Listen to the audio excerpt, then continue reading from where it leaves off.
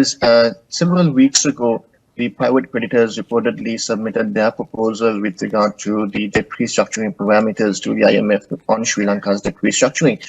Is there any update that we can get from the IMF with regard to that?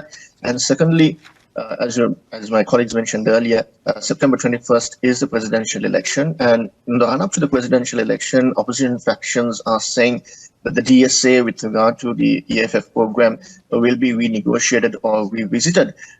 Is there any possibility to do that on the IMF's point of view, given that the next review is scheduled somewhere in mid-October? Thank you. Great. Thank you so much. So with respect to the question on the debt, an IMF team visited Colombo earlier in August and issued a press release at that time. As mentioned in the press release, the execution of the domestic debt restructuring and finalizing the agreement with the Official Creditor Committee and China Exim Bank are major milestones.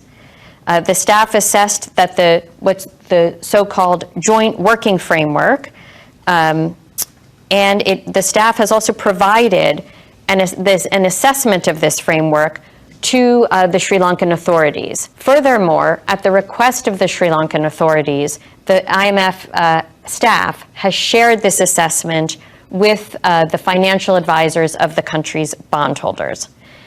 So that is where our role has been on the debt. And I also just want to reemphasize that with respect to debt restructuring, the IMF does not take part in the negotiations, in the debt restructuring negotiations and discussions. Those negotiations are between the member country and its creditors, with the IMF making an overall assessment of debt sustainability.